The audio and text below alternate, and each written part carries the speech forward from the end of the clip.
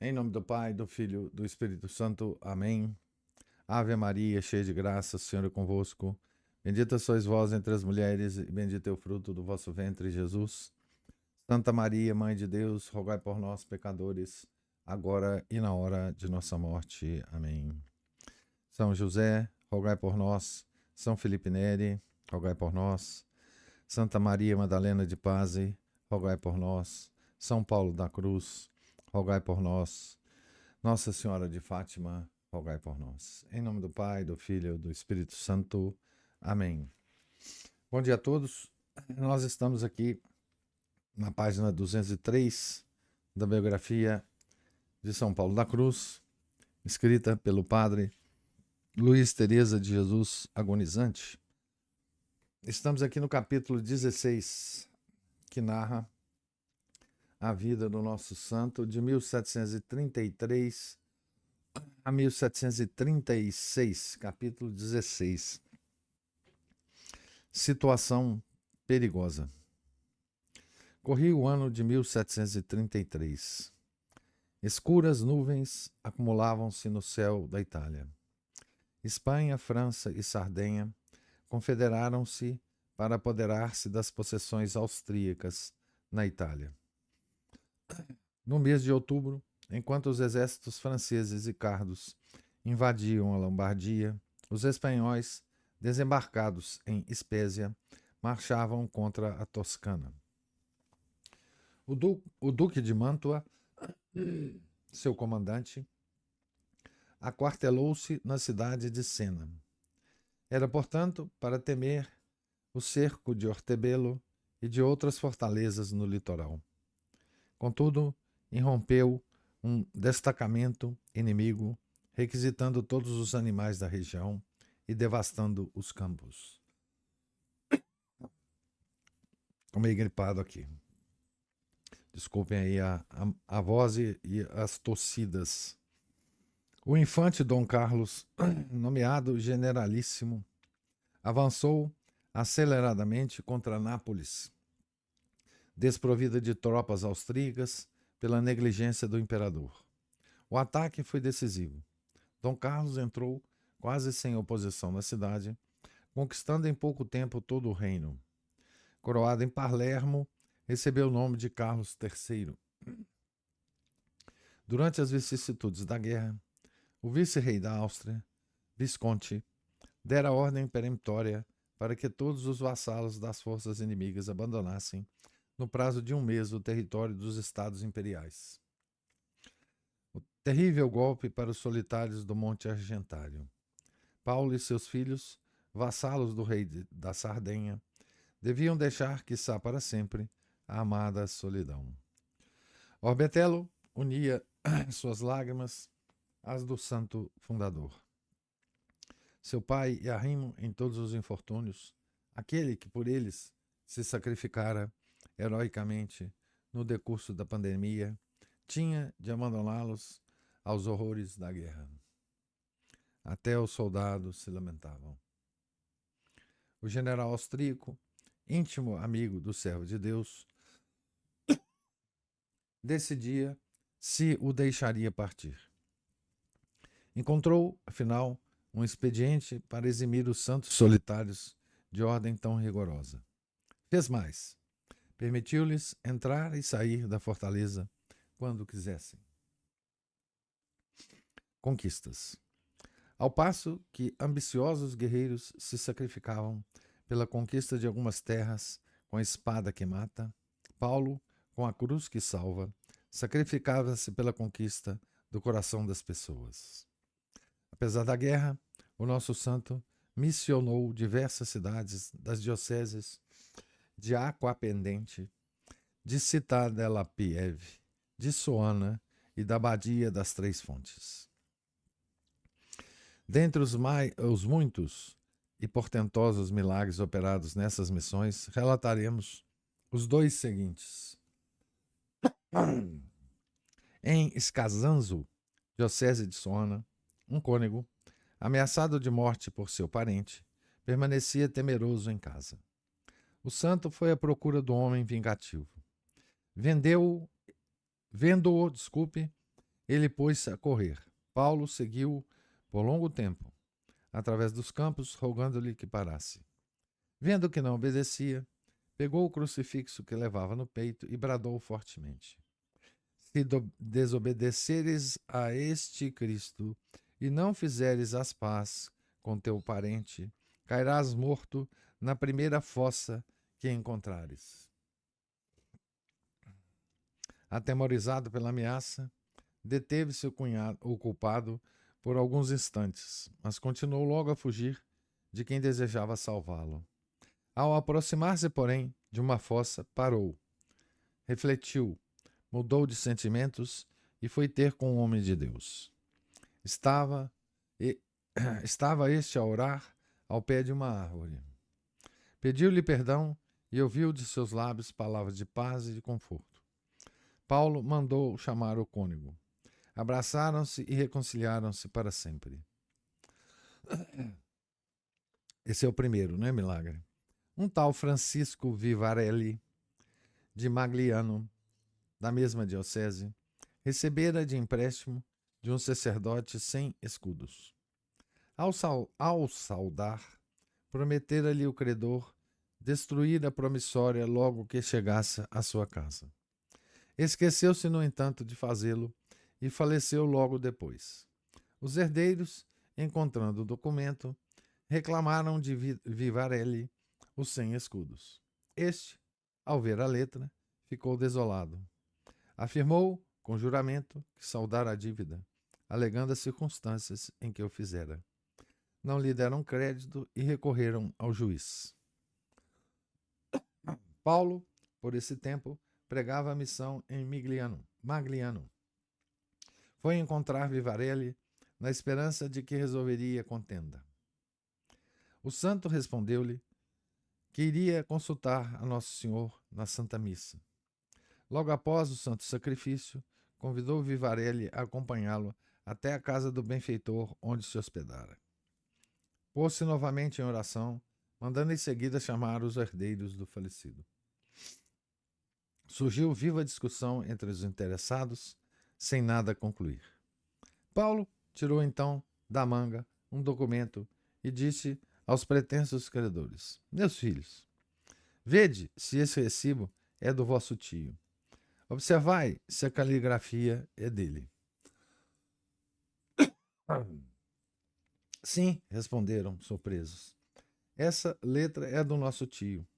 Não teríamos certamente movido causa judicial se não-lo houvessem apresentado antes. Imediatamente rasgaram a promissória. Paulo pegou o recibo, colocou-o novamente na manga e ninguém mais o viu.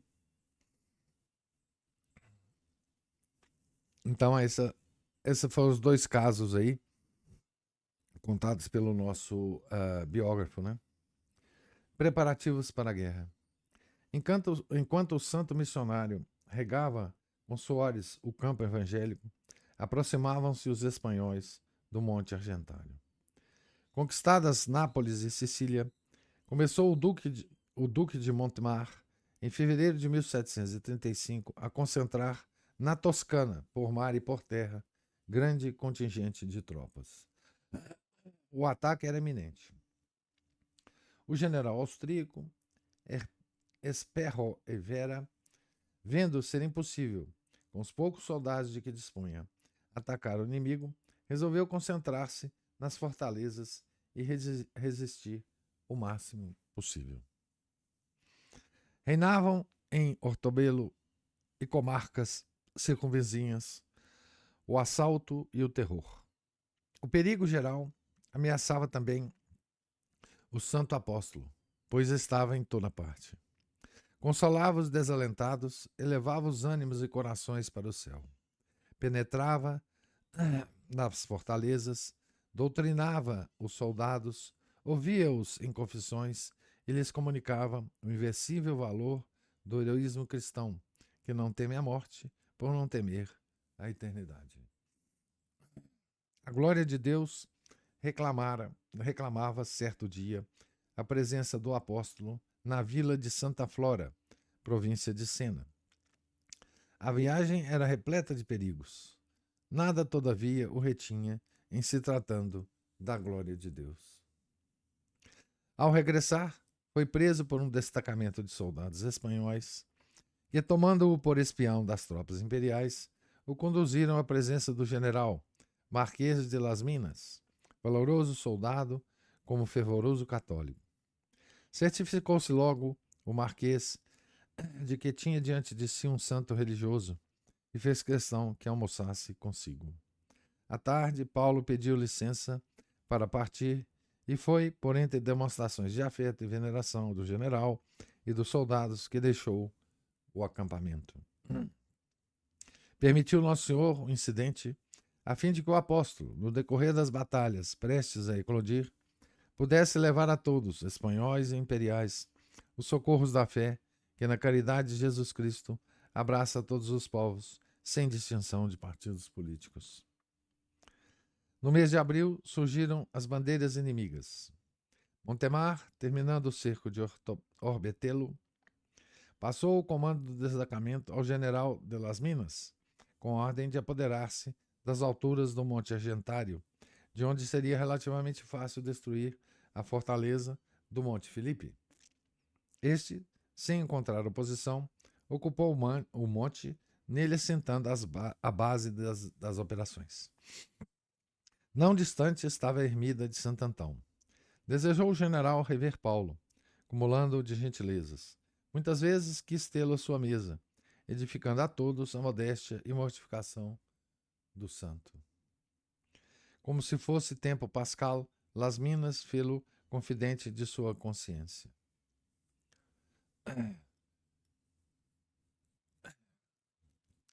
Que diferença do tempo, né, gente?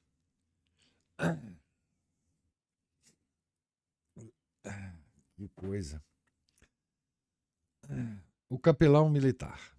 Em 16 de abril, sábado depois da Páscoa, começou a fortaleza. Viu-se então do que é capaz a caridade de um santo. Ao primeiro ribombo da artilharia, tomou o crucifixo e lançou-se ao fragor das batalhas, qual anjo consolador. Da fortaleza inimiga caíam por toda parte balas e metralhas. Um só pensamento dominava Paulo da Cruz: salvar as pessoas. Corria à procura dos feridos e moribundos, prodigalizando-lhes as consolações do céu e purificando-lhes a consciência no sangue de Cristo. Explode tão perto dele uma bomba que o deixa coberto de terra. Ao seu redor caem mortos e feridos. Não levando em conta os perigos, multiplica-se para acudir em toda parte onde haja alguém a reclamá-lo. Para confessar um soldado moribundo, não teme, com a intrepidez do herói, chegar precisamente aonde a artilharia causava maior destroço. Las Minas, testemunha da santa audácia do venerável amigo, não podendo moderar-lhe o zelo, fê-lo acompanhar por um soldado. A cada troar da artilharia imperial, este o adverte que se lance por terra. Se não ficou no campo de batalha, foi por patente proteção divina. É que Deus se compraz em ver os seus servos desprezarem a morte para salvar as pessoas. Entretanto, o apóstolo ainda não se dava por satisfeito. Infatigável, corria sob nuvens de fogo para o exército que sitiava Orbetelo do lado oposto, dizimado por mortífera epidemia. Graças ao seu zelo, ninguém morria sem os últimos sacramentos. No entanto, muitos soldados encontravam dificuldades para confessar-se por não compreender o italiano nem o espanhol. Paulo, todavia, aprendeu em pouco tempo seus idiomas, pelo menos o suficiente para ouvi-los em confissão. E coisa extraordinária, somente explicável pelo ascendente da santidade. Ambos os contendores davam livre acesso à caridade do servo de Deus. Dos sitiantes passava aos sitiados, que, ao verem-no, suspendiam o fogo da artilharia. Abriam-lhe as portas e o recebiam como um amigo, como um pai. Tal foi a prudência que sempre guardou, tal a veneração que inspirava, que jamais deu motivo a mais leve suspeita. Após 29 dias de cerco, uma bomba fez voar pelos ares o depósito de pólvora.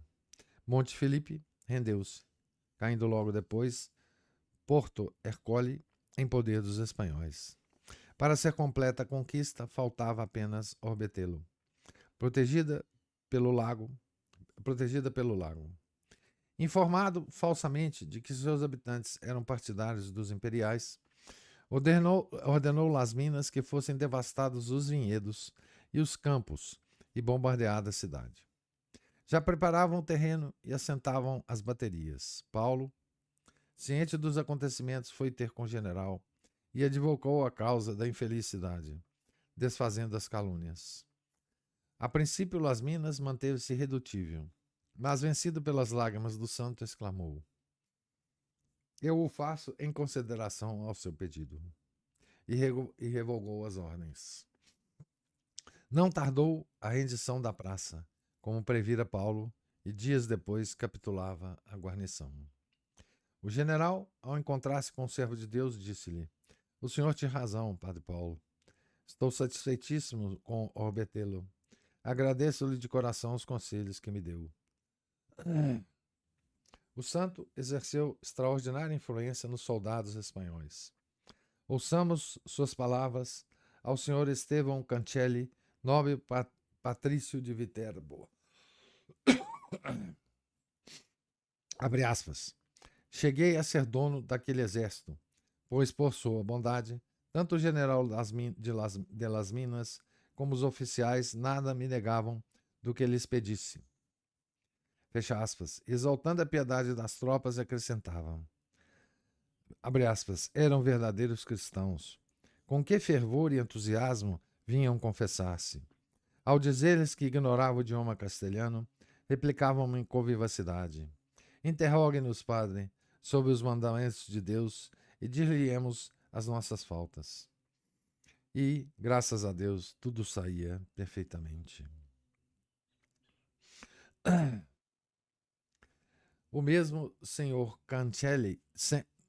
Sancelli, pelo trato familiar que mantinha com a oficialidade espanhola, pôde verificar pessoalmente e, por assim dizer, experimentar a grande estima que todo o exército professava a Deus e a alta opinião que formava de sua santidade. Outros ministérios sagrados. Do teatro da luta, levava o soldado de Cristo seu apostolado a campos mais pacíficos. O bispo da ilha de Elba anunciou por carta pastoral ao povo e ao clero a próxima chegada do grande missionário Paulo da Cruz. Deixa eu ver se eu controlo aqui um pouco essa imagem.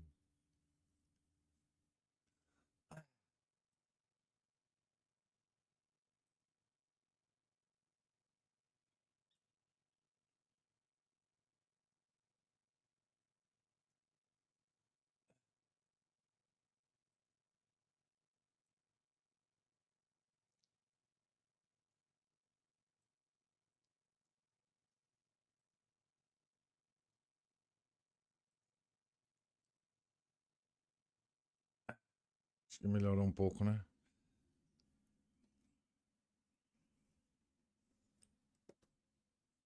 O problema é que aqui o sol vai nascendo e vai iluminando demais aqui a área.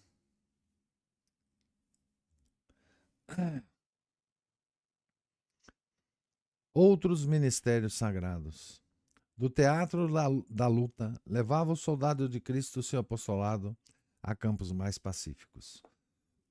O bispo da ilha de Elba anunciou por carta pastoral ao povo e ao clero a próxima chegada do grande missionário Paulo da Cruz, tecendo-lhe rasgados elogios. Consideravam como extraordinário presente outorgado à terra pela misericórdia do Senhor, recomendando aos sacerdotes que fizessem o retiro espiritual sob sua santa direção.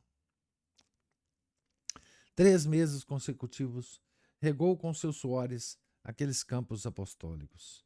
Deus o recompensou com a abundância dos frutos colhidos. Portentosos prodígios acompanharam essas missões.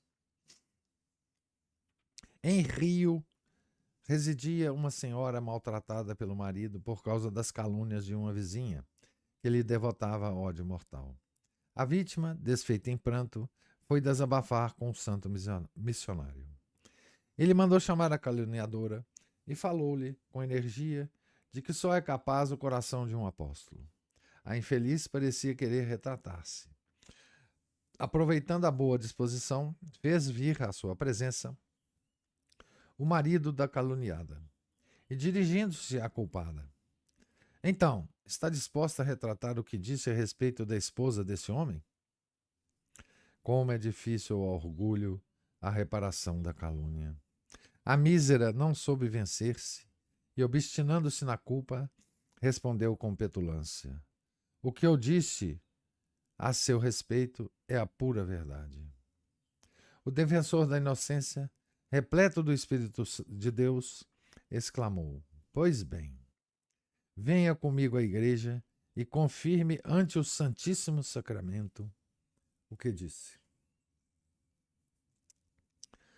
E lá, ante o tabernáculo, na presença de outro sacerdote, da vítima e do esposo, a mulher não titubeou em cometer execrável perjúrio, confirmando as calúnias. Em castigo, porém, pela audácia, ficou imediatamente possessa do demônio, que a levou aos ares, enquanto da boca espumante e colérica lhe saía a língua toda. As testemunhas estavam apavoradas. Pondo-se em oração, recitou Paulo os exorcismos e o espírito maligno, passados instantes, deixou-a cair por terra sem sentidos. Retirando do tabernáculo o cibório, o santo o aconchegou à cabeça da desventurada mulher. A virtude do Santíssimo Sacramento fê-la voltar a si e, com o coração lacerado pelo arrependimento, retratou-se de tudo o que dissera. Na mesma localidade, a voz do missionário tomou repentinamente solene e assustadora entoação, como se dirigisse a obstinado pecador. Fixou os olhares no portal do templo, deteve-se por instante e exclamou, imerso em profunda tristeza: Oh, tu somente queres permanecer obstinado na culpa? E, abraçando o grande crucifixo que estava sob o estrado em que pregava, prosseguiu: Eu mesmo, com meu Jesus, virei converter-te. Ao pronunciar essas palavras, elevou-se extático, voou por sobre o auditório, chegou até a porta da igreja e retornou ao mesmo lugar. Estavam todos imóveis pelo inaudito milagre. Esse é outro prodígio, né?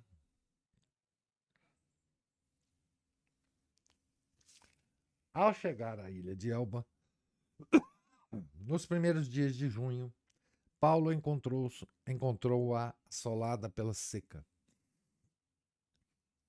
Era o tempo da ceifa e não caíra uma gota de água. Ninguém queria ter o trabalho de colher alguns feixes de palha. O santo, implorando as bênçãos do Pai Celeste, dizia-lhes, entretanto: Confiança, meus filhos. Ide à messa e vereis como Nosso Senhor é bom. Considerando o grande taumaturgo, obedeceram. E tão abundante foi a colheita, que diziam à maneira de provérbio: o ano e a colheita do Padre Paulo. Após alguns dias de descanso no Monte Argentário, prosseguiu as missões. Obetelo e Porto Ercole reclamavam novamente o obreiro evangélico. Voltara a reinar a paz naqueles arredores e desejavam entregar-se à meditação. Em ambas essas missões, os soldados espanhóis se mostraram admiráveis na fé. Muito embora poucos entendessem bem o idioma italiano, a palavra do missionário penetrava-lhes o coração, fazendo-lhes derramar abundantes lágrimas. O general de las Minas, em companhia dos oficiais, assistia aos sermões e, sob a direção espiritual do apóstolo, fez grandes progressos na virtude. Paulo ensinara-lhe a meditar os novíssimos e a paixão de Nosso Senhor, e o piedoso general empregava toda manhã 2 horas nesse santo exercício. aproximava-se frequentemente dos sacramentos, conversando-se sempre com Paulo, e entretinha-se em colóquios espirituais com o santo diretor, cujos conselhos seguia à risca. O mesmo fazia a esposa, mulher piedosíssima. Não queremos passar em silêncio sobre o prodígio operado por Paulo na família Grazi. A família Grazi é daquela moça, né, a Inês. Foi o homem de Deus visitar o senhor Anastácio, atacado de gota. Agudíssimas eram as dores.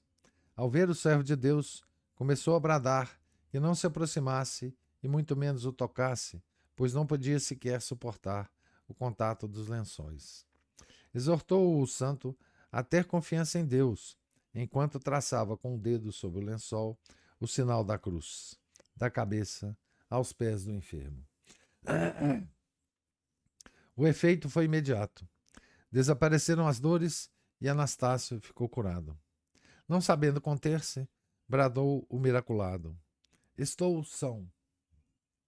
Rogou-lhe Paulo que se calasse, mas Anastácio, sem prestar-lhe atenção, repetiu com voz mais alta: "Estou curado, já não sinto mais nada." O servo de Deus, lançando-se-lhe aos pés, conjurou-o por favor que guardasse silêncio. Porém, ao perceber que eram inúteis os pedidos, saiu apressadamente, como se fosse surpreendido em grave delito. Aproximou-se então Anastácio da janela e pôs-se a bradar com toda a força dos pulmões: "Milagre, milagre!" Vestindo-se às pressas, saiu pelas ruas e praças da cidade, proclamando o prodígio. Por essa época, o servo de Deus lançou mão de um expediente verdadeiramente heróico para converter um grande pecador. Em uma tarde de inverno, chegou a ermida de Santo Antão, célebre bandido, armado como andam tais pessoas. Paulo acolheu-o com habitual afabilidade. Dizendo-lhe o bandido que havia 30 anos que não se confessava, Paulo, por mais que se esforçasse para reconciliar com Deus, nada conseguiu. Pediu-lhe que, pelo menos, aceitasse a hospitalidade por aquela noite, no que concordou o pecador. Na manhã seguinte, não se atrevendo a apresentar-se ao santo, pegou as armas e partiu furtivamente. Descia a montanha quando, ao passar por um reservatório de água gelada, via nele mergulhado o homem de Deus, com os braços estendidos em forma de cruz. "Que está fazendo aí, Padre Paulo?" exclamou o estupefato. "Aqui estou", respondeu o santo, com inflexão cheia de dor, "penitenciando-me por você."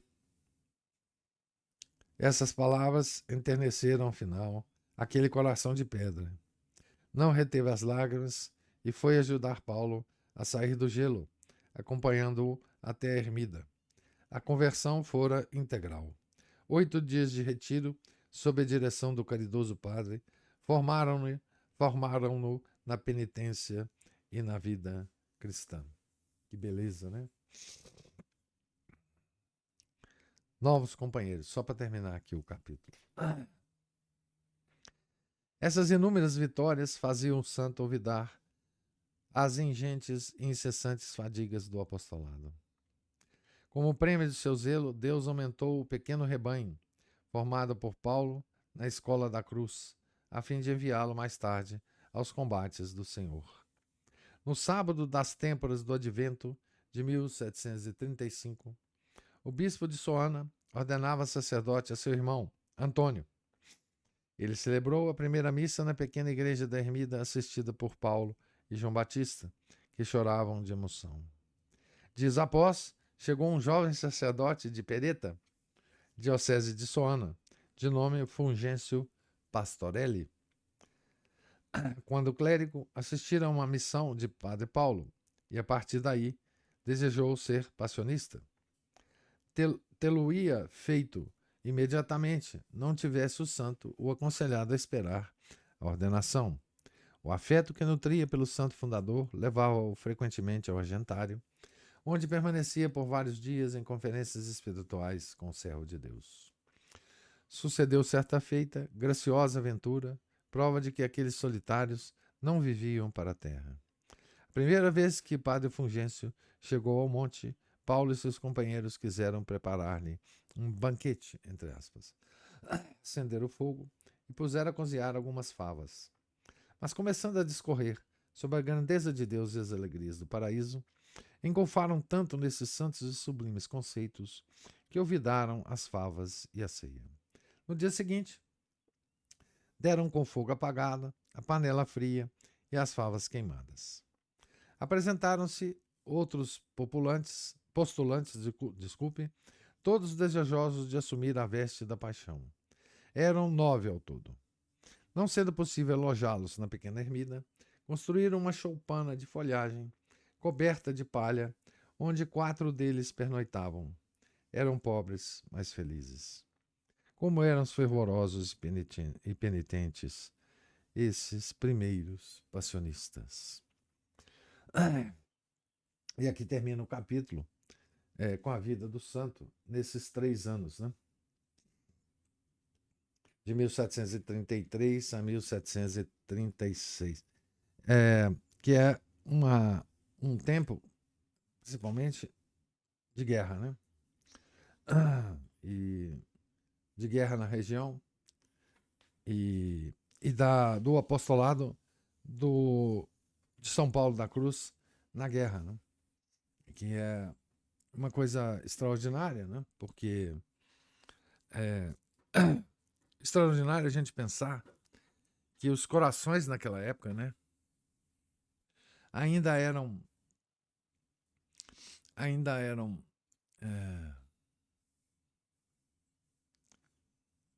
passíveis de serem conquistados, né, por um santo, né, por um homem santo, né. Ainda o santo às vezes tinha que fazer algumas coisas excessivas, mas eles ainda conquistavam, né, os corações de gente simples ou gente poderosa, né. Quer dizer, toda a civilização ou todas as autoridades e a cadeia de autoridade e a cadeia de súditos, né, ainda era constituída de homens de corações ainda não endurecidos o suficiente para que fosse impossível a conversão deles, né? Porque o mundo ainda não tinha passado, né? Estava começando a passar por uma experiência nova que ele nunca tinha passado, né? Que é a experiência iniciada pela Revolução Francesa, né? O século de São Paulo da Cruz já é um século da institucionalização das ideias que levaram o coração dos homens a serem completamente endurecidos, né? E hoje a gente imagina, claro, não duvidando dos desígnios de Deus nem da santidade de seus santos, mas a gente imagina quanto mais difícil seria algo parecido com a ação de São Paulo da Cruz nessa guerra, por exemplo, né?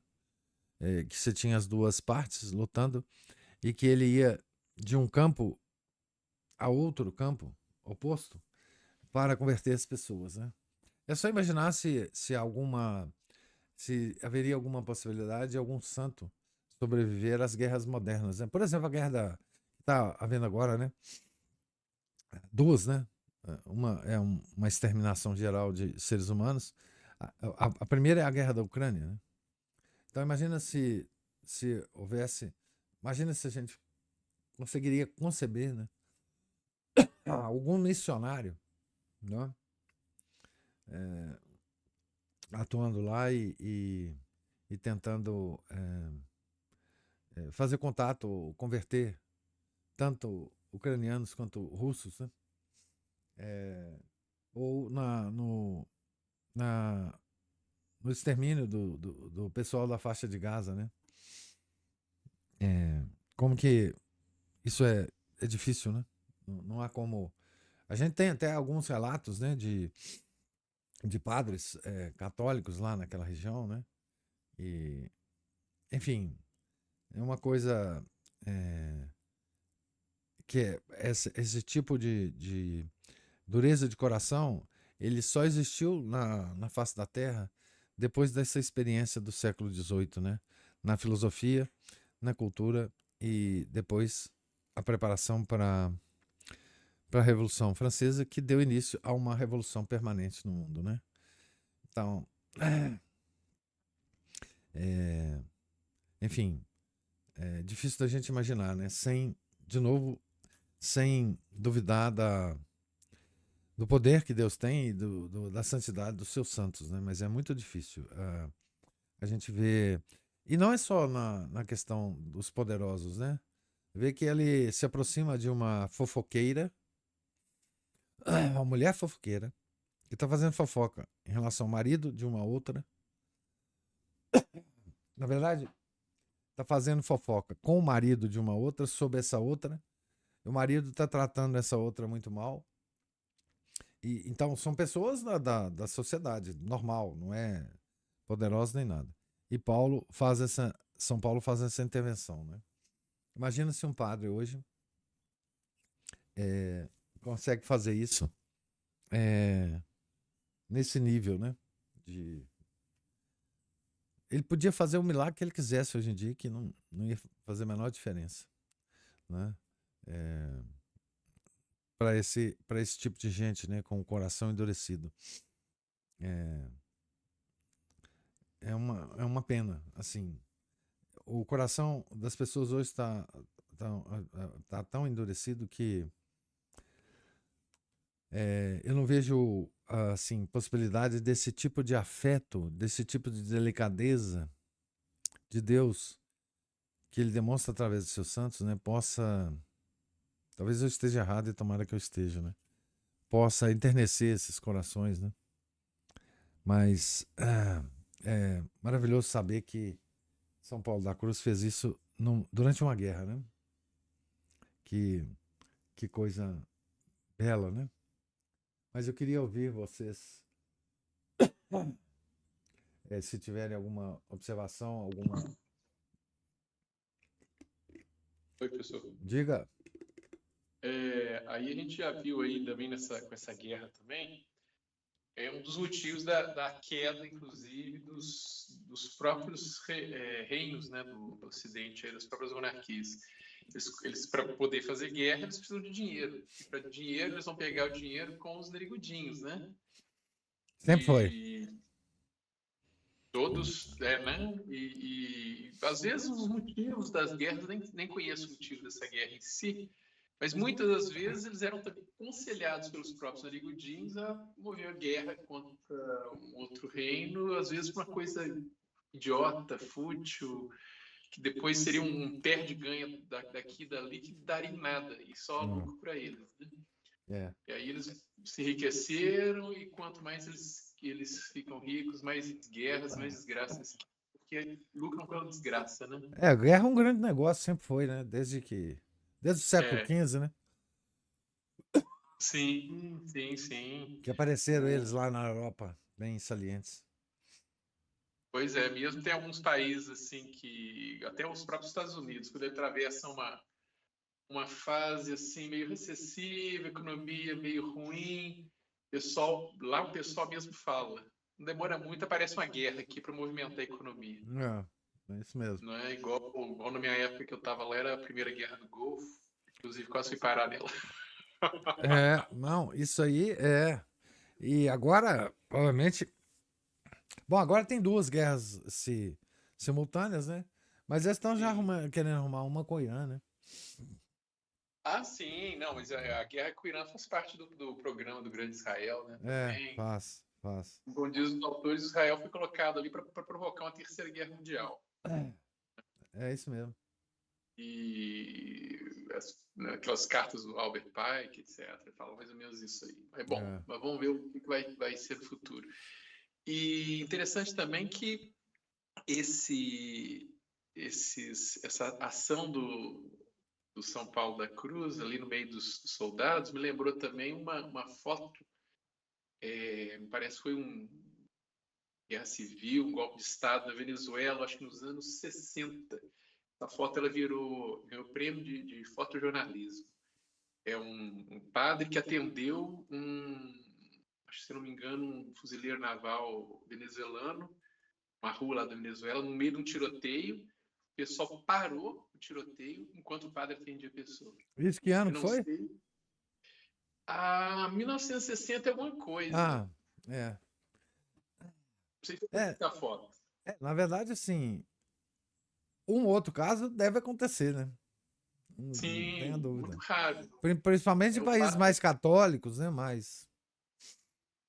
dizem que esse padre correu e esse soldado estava caído numa encruzilhada, totalmente aberto ao fogo inimigo, né? Ele foi lá, atendeu, no meio do tiroteio, não foi atingido. O pessoal parou enquanto ele estava socorrendo lá, e só depois, eu não sei se o soldado morreu, se ele foi retirado de lá, só sei que o tiroteio só retomou depois que o padre tinha saído de lá. Agora Impressionante. compara isso com o que os padres fizeram na tal pandemia. Ah, medão, né? É. Medão nem precisava ter medo. Quantas pessoas morreram sem os últimos sacramentos em hospitais e coisa por falta de padre, né? Ou, ambos por falta de padre, também pela própria proibição por parte dos hospitais, né? Também. Você acha que São Paulo obedeceria um diretor do Nunca, hospital? Ele subiria nunca pelas escadas, pelo elevador, por corda, de helicóptero, né? Desci de por rapel, helicóptero, levitava e ia lá. vou fazer bilocação, sei Ah, lá. E mesmo também porque, dependendo do caso, um jeito de varar essas coisas, né? Nem que seja como um visitante, é, muitas vezes, né? é. Eles já não usam batina mesmo? Então já entra lá É, como normal. Ué. não tem filtrado, não tem filtrado. Ah, É verdade. E aí também a gente vê já os primeiros vislumbres também das chamadas guerras totais, né, de destruição total, de completo desrespeito à população civil, que normalmente costumava ser poupada nessas guerras, exceto se ela tivesse sitiada numa cidade é, murada, né? é, Eles não destruíam plantações e nada não. mais. Eles deixavam, porque muitas vezes ali eles mesmos eles poderiam lucrar com aquilo depois. É, E mas. aí já vê a ruindade da guerra atualmente, né? Aquela genocídio lá em cima dos vizinhos dos narigudos lá. E engraçado, eu só vou falar assim de papas anteriores e atuais, simplesmente vamos parar com a guerra, mas alguma palavra assim pelos cristãos lá de Gaza? E, Ah, pois né, é. não é? Tinha alguns padres lá que acolheram pessoal, mesmo que não era cristão, encheram as igrejas lá, ficar todo mundo quieto lá. Foi. A gente vê Em Gaza foi escolas, mesmo, é. né, escolas, hospitais e igrejas bombardeadas pelos narigudinos. Né? É. Teve algumas histórias heróicas lá de católicos e de párocos, etc. De acolhimento, né? Sim, Mas proteção. ali nessa guerra de destruição total é muito difícil fazer alguma coisa, né? É, Porque as armas atuais são absolutamente. muito destrutivas, né? A É, pessoa não sabe nem de onde é que veio, não consegue nem ouvir um avião derrubando a bomba ou a ah, artilharia que solta hoje é drone, míssil. né? Eles não usam mais avião, hoje é drone. Sim, também, Não né? é? Aquilo vem até por uma janela, né? Entra por uma Uhum. janela assim É, e destrói o que tem lá dentro, hoje não tem. né? Bom, mas ali foi muito interessante também ver o espírito piedoso desse pessoal também, né? Tanto dos soldados, desse general também, excelente também, né? Até Imagina o um bandido, general, né, professor? imagina um general na frente de batalha meditando 2 horas por dia. Puxa vida, hein? Ele estava lá, né? Pois Na é, frente de batalha, né? isso. E o É, bandido com 8 dias de retiro espiritual, olha que privilégio, das é, mãos de quem, né? é. Pois é, que coisa maravilhosa. Hoje em dia é difícil até como é que chama? Um meiguinho lá, né? De cabecinha torcida, aguentar 2 dias de retiro, mais 8. É, Eu já vi não, isso, não viu? precisa ser bandido, não. Pode ser uma pessoa normal, né? Uma pessoa normal, entre aspas, né? É, Pessoa comum, vamos exatamente. dizer Aí. assim. Um gentleman. Pois é, mas gostei muito dessa parte. Vamos deixar o espaço para o resto do pessoal aí. Obrigado, pessoal. Falou, obrigado você, meu cara. Muito bom. Já apareceu aqui a taxa de 15 minutos. Mas nós temos 15 minutos aí, se alguém quiser fazer mais alguma observação, algum comentário.